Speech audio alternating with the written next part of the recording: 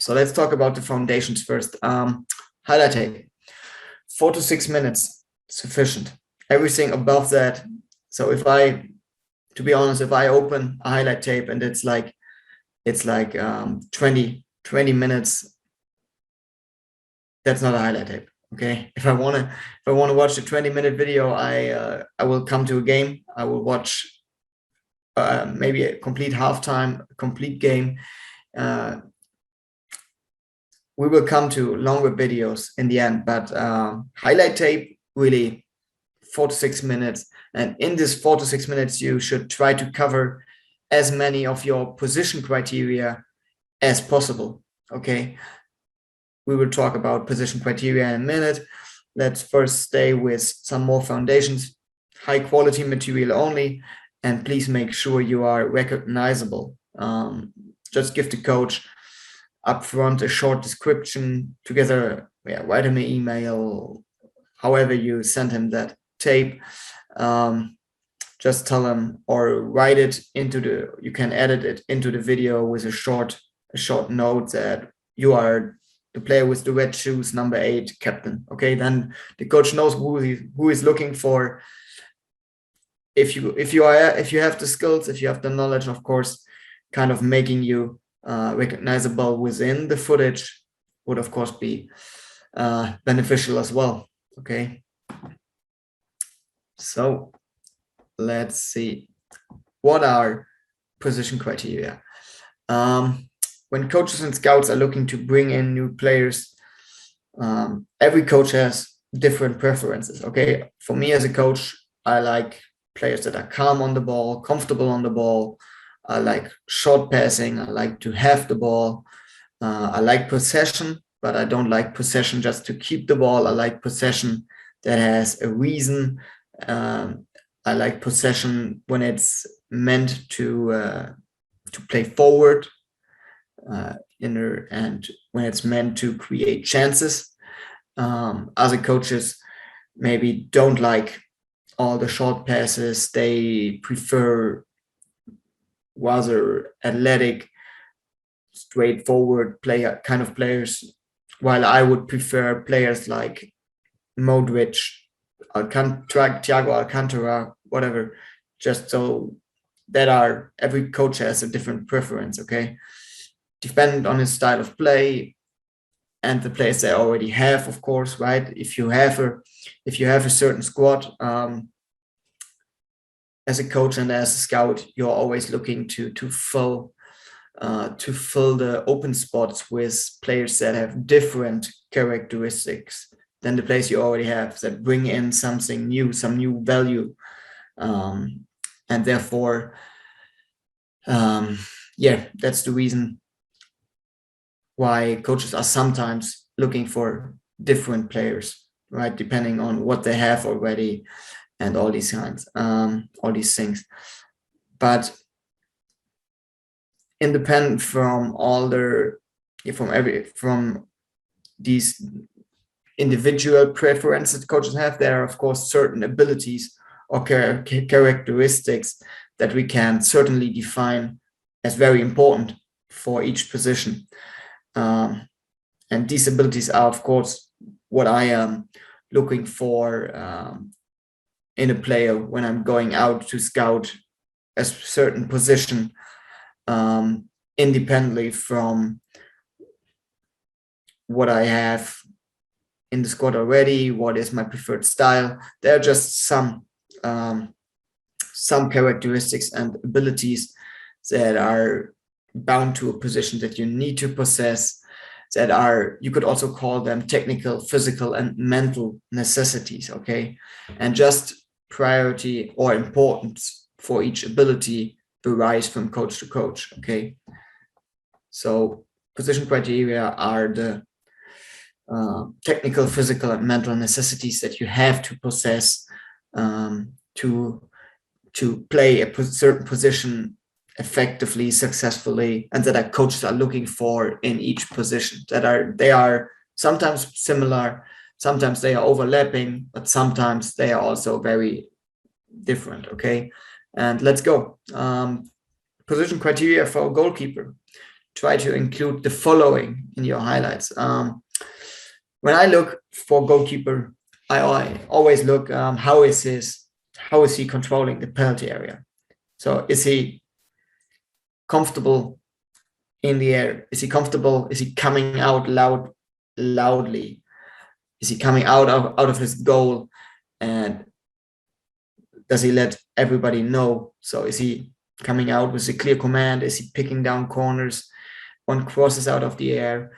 Of course, physical attributes, size, of course, for a goalkeeper important, but not a limiting factor. There are Bundesliga goalkeepers that are 5'9", 5'10", whatever. So it is a bonus. It is definitely for some coaches very important. For others, it's just a physical attribute. Next one would be good reflexes on the line, shotting, stopping shots, all these things. Now the next thing would be, how is he when he comes out of the goal? Does he know how to close angles 1v1? So how good is he 1v1 when coming out of the goal against the striker and all these things? Then precise throws. I once played with a goalkeeper. He was unbelievable when it came to his throws. I played right wing or right back at that team, and I was standing somewhere around the halfway line. He just threw balls out of his penalty box directly onto my chest, and he just overplayed like the offensive and midfield line of the other team with his throw. And of course, then you can just, if it's done that perfectly, you can just turn open, play a ball down the line, and create a chance with just like 2 passes from your goalkeeper to your striker, right? And that's definitely a quality. So how precise are his throws, his kicks, goal kicks, and all that stuff. Getting more and more important with the modern goalkeeping generation. Comfortable with the ball at his feet. I think since we have keepers like Ter Stegen, Neuer, Oblak, Donnarumma, I think it's not new that goalkeepers need to be good soccer players as well, that they have to be comfortable with the ball at their feet. This not just stopping shots anymore. Okay, should be able to shift the play with balls out wide. Okay, so often we see situations where the ball gets played backwards to the goalkeeper from a center back, and the striker just runs through and pressures the goalkeeper as well. Then of course I'm looking like, how is he solving that situation? How is it? Can he shift? Can he overplay the pressing? Can he shift aside, maybe with a ball out wide to the wing backs and all that stuff? That goes hand in hand with the next point: calm under pressure, able to overplay the pressing lines. Okay, so if the other team plays, for example, a 4-4-2 and they have 2 strikers, then of course the goalkeeper plays an important role in the build-up play. If he can actively stay calm even when he gets pressured, play on the floor out of that pressing, overplay the first 2 strikers maybe with good passing. Precise passing is very important there. So that's getting more and more important. And next, communication skills, great communication skills. Goalkeeper, in the end, you are the player that has to command the defense a little bit. Like, of course, center backs as well, but you are the player that can actively help the center backs if they are not well positioned, if they don't protect each other's back, or if they are not on the line, if they are losing, if they don't shift, or if they are losing sight of any runs from strikers, and that all that stuff. So command the defensive line with great communication skills. Okay, and always stay connected to the center back. So if I'm a scout at a game and I watch for a new goalkeeper and I see he has good reflexes, he's tall, maybe he's pretty good with the ball at his feet, but he's not talking. He's not connected to the center backs at all. That's not a good sign, right? So he should be helping the defensive line, because defense is a lot about communication, and he or she does not wait on the goal line. Okay, similar to the point about being comfortable with the ball at their feet. This gets more important as well. To the higher your team presses, for example, in defense, so the higher your team defends, of course, you cannot stay on the goal line. You have to always anticipate the game, always being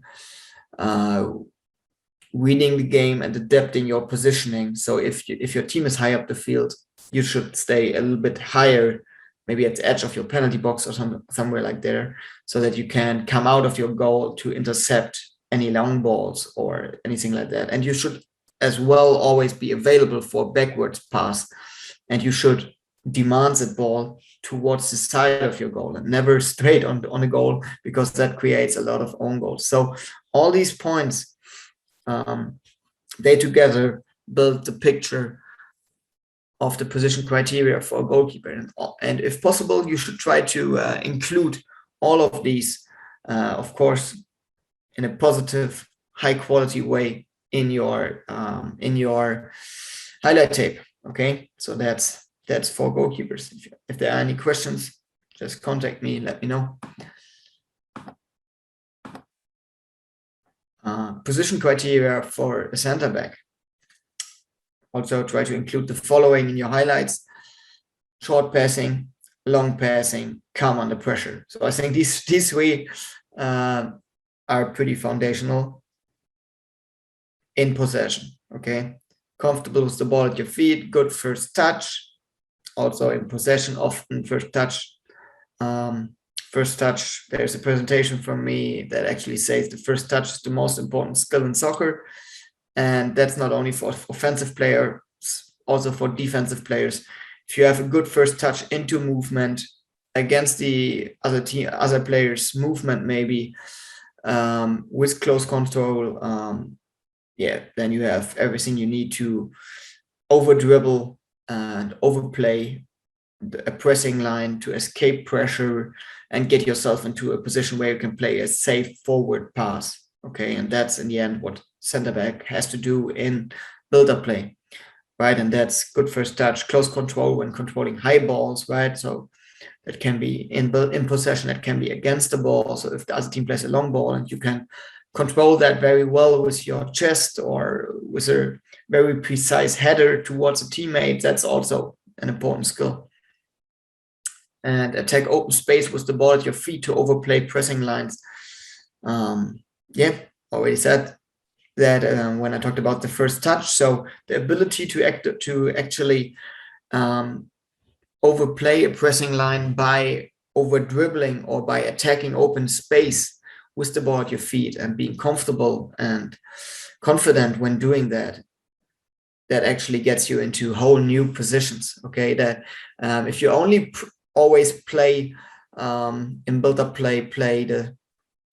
play out of standing or play safe passes all the time, that's easy to defend, because the other team just has to shift a little bit. But if you get in a position where you can actively attack open space as a center back in build-up play with the ball at your feet, that actually forces the other team to act, forces them to leave their comfort zone, because some of them have to attack you at some point.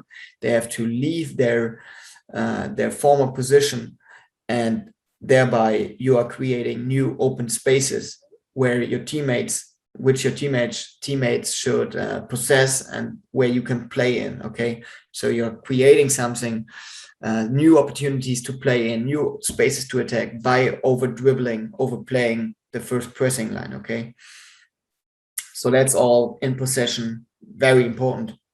definitely. But as a defender, as a center back, you also have defensive duties. And then I'm looking, as a scout, I would be looking for a player that has great anticipation. Yes, that is anticipating situations, that is able to defend forward, that is actively, that is able to intercept passes, that a player that has good positioning to intercept diagonal balls, or to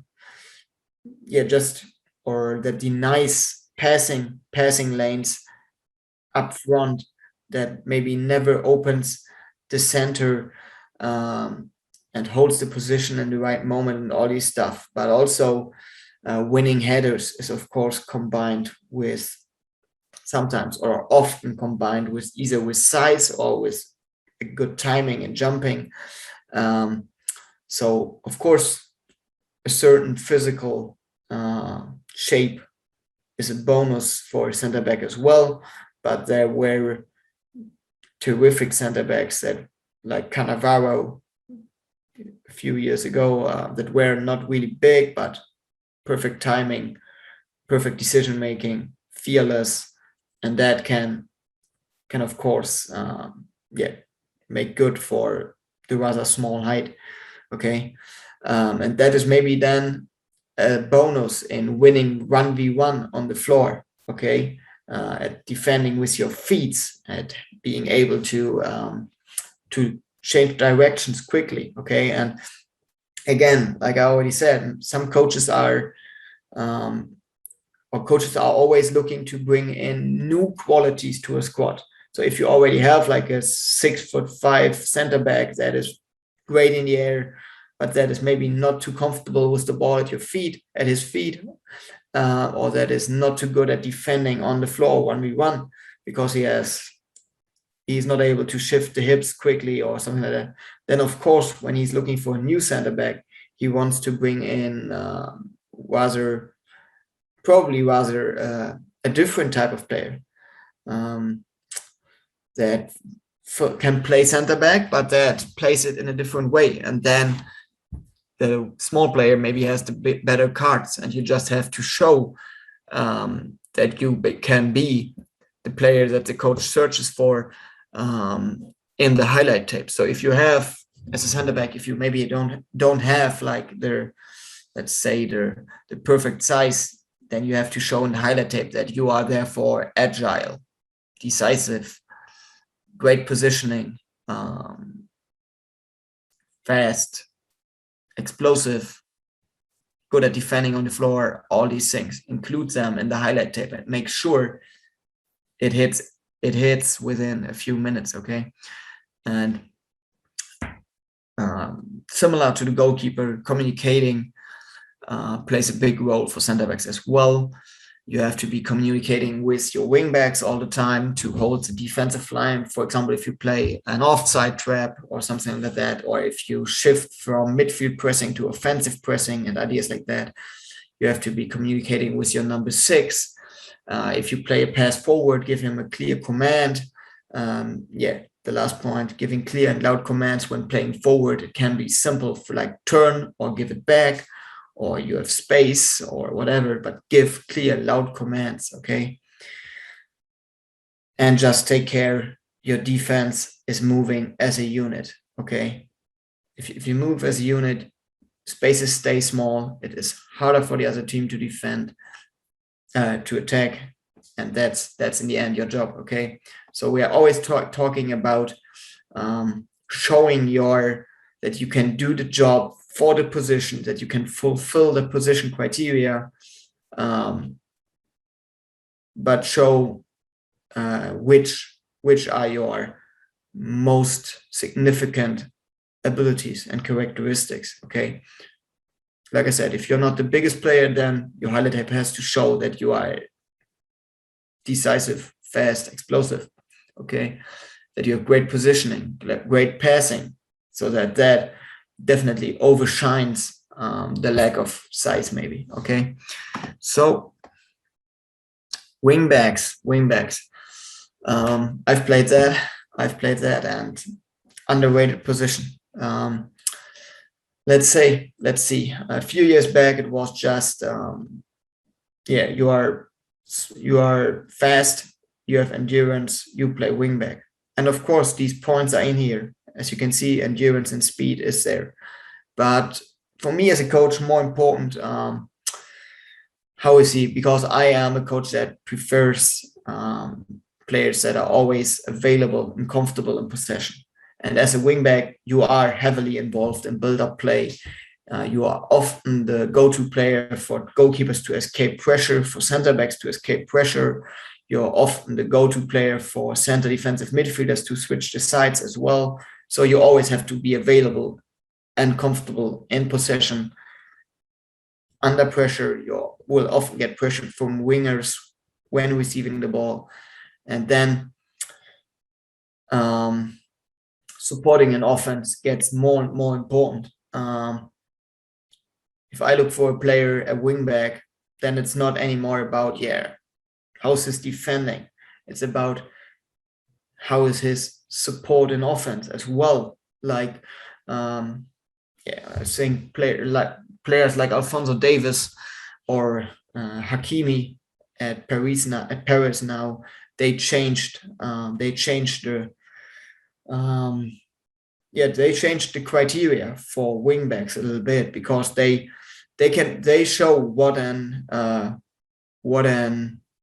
offensively gifted, confident, and of course fast and strong wingback can add to a team. Okay, and then therefore I want to see, as a scout, as a coach, I want to see how is his dribbling. Can he beat players 1v1? Is he a smart player? Does he play 1-2s? Does he like to play to combine with his teammates? Is he doing overlap runs? Is he creating and solving 2v1 situations in offense and in defense? How is his crossing? Of course, as a player on the wing, always an important question. So include that. If you have good crossing, include that in your highlight. But also, how is his tactical understanding in transition? Okay, is he making the right choices in the right moment in offense and in defense? Okay, positioning. Let's say, for example, you are facing an attack from the other side, so the ball is on the other side. How do you behave as a wingback? Do you stay out wide? No, you push inside. You protect the dangerous area on the second post. Okay, so always sprinting inwards, diagonal. Okay, and these kind of decision making the right decision at the right time, defending dangerous situations. If you have that material included, 1v1 defending, of course, plays a big role. So normally, of course, we want to create 2v1 situations in defense. And if you have, for example, a 1v1 defending situation, can, of course, if solved correctly, turn into a 2v1 situation. If you show that you are able to slow strikers down so that a teammate can work backwards and support, that's a good solution. If you have quick feet, similar to the center back, if you have quick feet, if you can change direction quickly, show that. Okay, if you are a hard worker, show it. But also, are you calm under pressure in possession? Show it. Okay, proactive tactical behavior, like I already said, with like pushing inside when the ball is on the other side and all these ideas. Filling gaps, blocking passing lanes, forward defending, good timing, like when to press, when to slow the opponent down. All these questions could be combined as good timing, for example. If you have situations like that, include it. Definitely. It's not anymore only about running down the line, defending all the time. It's about being a versatile, I think. Fits pretty good. Versatile player, polyvalent player that can shift from a defender to a striker or to a winger, at least within seconds, but also shift backwards into a defender within seconds. So this wingbacks transition gets more and more important as soccer gets faster and faster every year.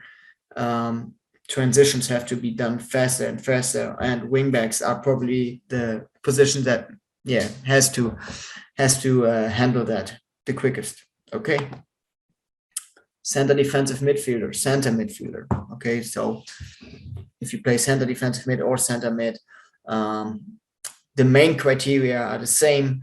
Center defensive midfielder just has to put a little bit more focus on the on his defensive duties. Both kind of players are connector of defense and offense. Therefore, you have to be comfortable in tight spaces. You have to have close control. You have to be able to turn quickly, because you have to connect the lines, and to connect something or to connect defense and offense, you have to be able to put the ball up or to take the ball from the defense, turn open, or if possible, position yourself in an open body position up front, so that you don't really have to turn anymore. But if you have to turn, quick turns are important. You have to be calm under pressure, because in the center it's always tight. You will get pressured from multiple directions, and therefore being calm under pressure, thinking one step ahead, solving tight situations quickly with one or two movements, or with a direct pass, that's important. And to be able to do that, what I'm looking for in the center midfielder is always 360-degree vision. Okay, I search for players that is always knowing what's going on around him or her all the time. And you do that by always scanning the field, by always checking the shoulder, by making checking the shoulder a habit, right? Like always looking around, and definitely always checking the shoulder before demanding the ball. Okay, so always available, great movement off the ball, great short and long passing. Of course, you're a connector. You do connect by passing mostly. Okay, decisive in transition. Okay, that's maybe a big difference point between the center defensive mid and the center midfielder. Center defensive midfielder probably more often making the decision to hold, while the center midfielder maybe has more freedom to support. Show you are a hard worker against the ball. Can be 1v1s, can be in the air, can be blocking passing lanes, can be as pressing the other team in build-up play with high intensity. Also be a good communicator. Show if you have quality in set pieces. Include that, important, as set pieces are getting more important each year. Like last season, 17% of the goals in the Bundesliga were scored from set pieces. And I know some pros actually, they didn't have any more talent than anybody else, but they had quality in set pieces, and that gets them the spot. Okay, and depending again, center defensive midfielder or center midfielder, if you have a good shooting quality from long range, outside the box, includes that as well. Okay, because that's mostly the area you will get into shooting positions like 20 meters, 25 meters, then show it. Wingers, for wingers, this is a little bit different. Dribbling, rather only short passing. So if you have good long passing, okay, show it as well. But most important, dribbling, short passing, crossing, shooting, endurance, and speed. Okay, so these are pretty basic things, like, or let's say these are more physical and rather about being bold sometimes. So you being bold is that should be included in here as well. So show off you are bold, show off you are they are confident to dribble, show you are creative, you can solve situations with variety is I think a very important thing here. So if you are a winger and you have only one trick, that worked for Ian Robben, that's fine. But if I if I sign a winger, I would like him to be able to go either inside and play a 1-2 or shoot himself, or I would like him to. So I would like him to be able to do both: go inside or go down the line and bring a cross. Okay, shooting, crossing. If you can do both, great. Show it. Off the ball movement, very important. Okay, so finding open spaces for you to attack that other players can play you in. Okay, so don't just stand wide all the time. If you only stand, or if you only offer the same run all the time, it gets easy to defend. So off the ball movement, variety and off the ball movement as well. And quality in transition. Similar to what I said about the wing back, transition play a big role for wingers as well, making and offering the right run in offensive transition, or making the right run backwards in defensive transition. Play a big role. And if you have runs where you, after winning the ball, offering a diagonal run behind the defensive line for your center midfielder to chip the ball into and find you and overplay like 4, 5, 6 players and playing you free on goal, that are the situations that we are looking for. Okay, so because that are the situations that are deciding games often. Okay, and defensive work, press with intensity. Okay, and defensive work, show that you can work backwards when you get overplayed. That's, I know, first and foremost, you are an offensive player, but just include that you can do the hard work as well. Okay, that's definitely a bonus. Okay, position criteria: center attacking midfielder / false number 9. Okay, try to include the following. I think most important here is you have to show that you are comfortable in tight spaces. Great first touch, probably, of course, important for all positions, but center attacking midfielder, I think it's the most important ability.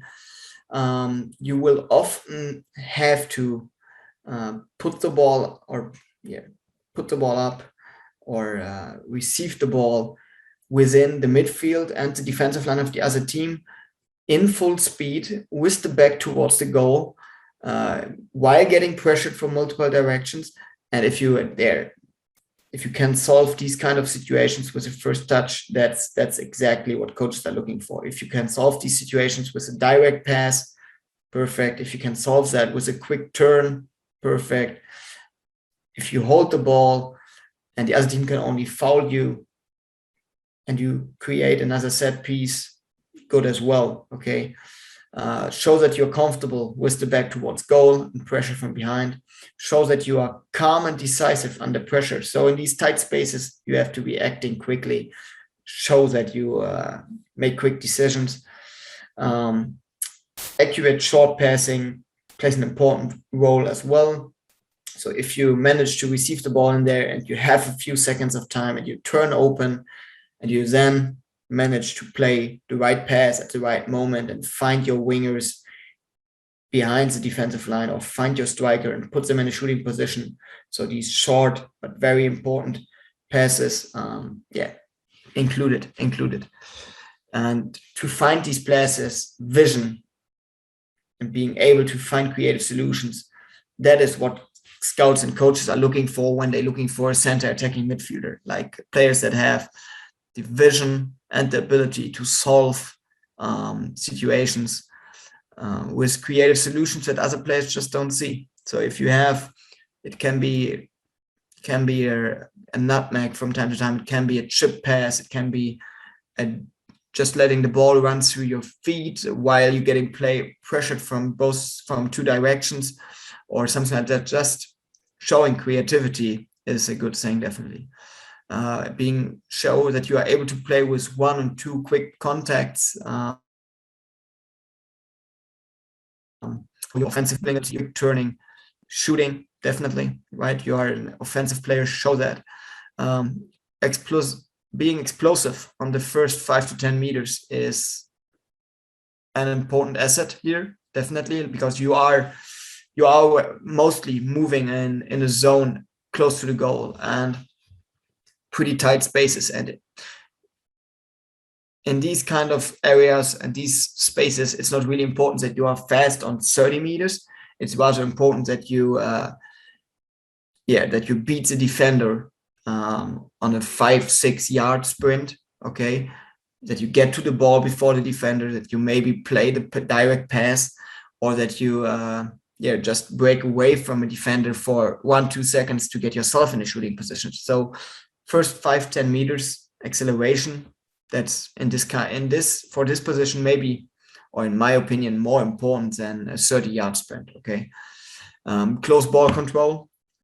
It all has to do with these small spaces. You have to have close control.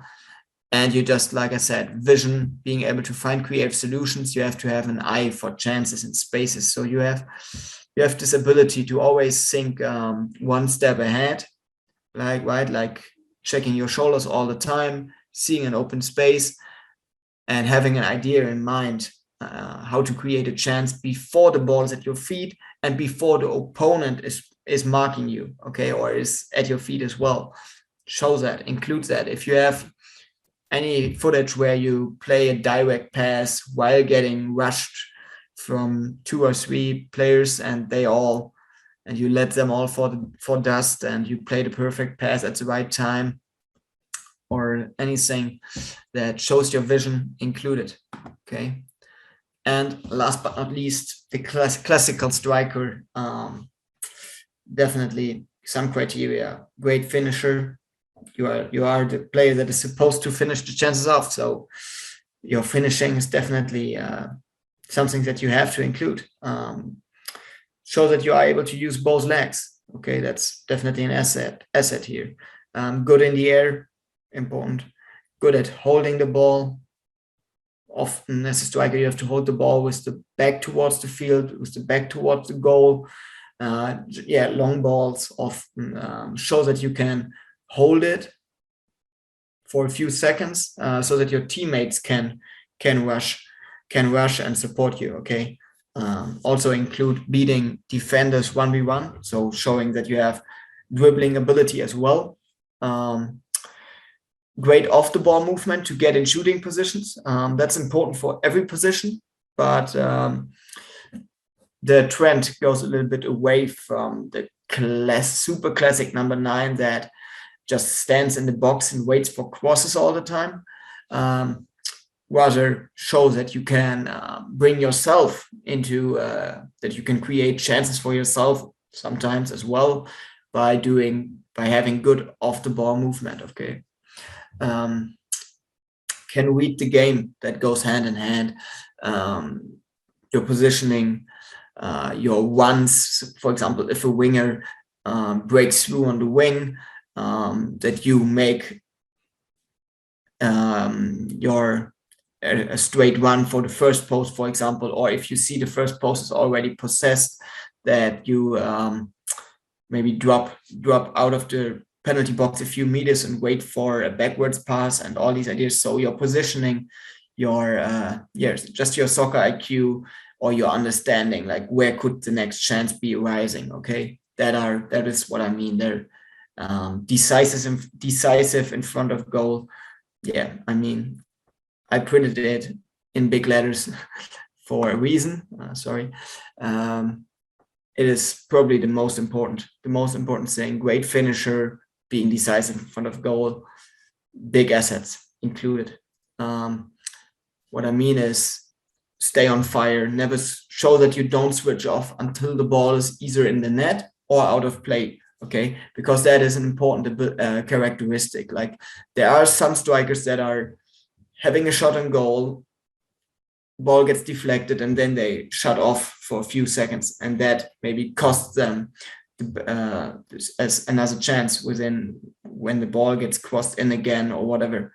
If the ball gets deflected, never shut down. Always stay alarmed until the ball is either in the net or out of play. Unselfish.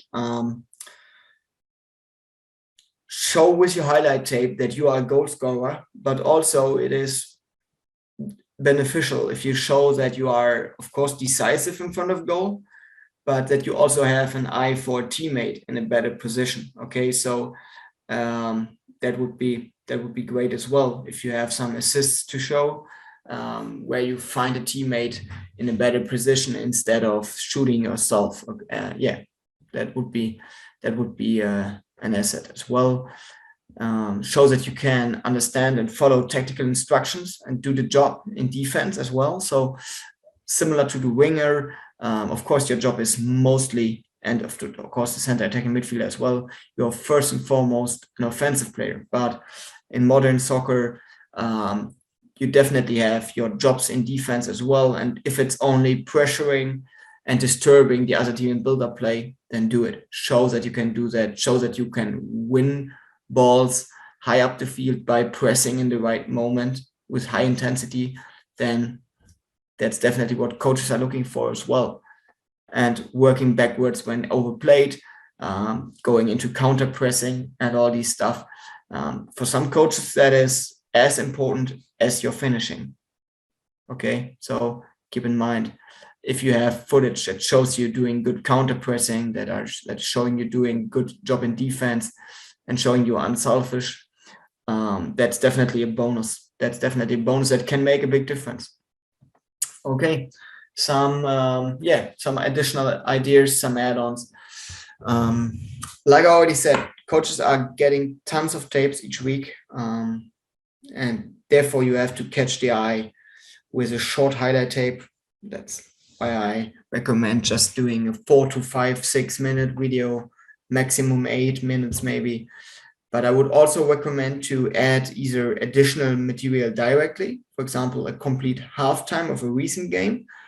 Because if you catch the coach's eye and he's interested, this will give him the possibility to see you in a more natural way, in a more, to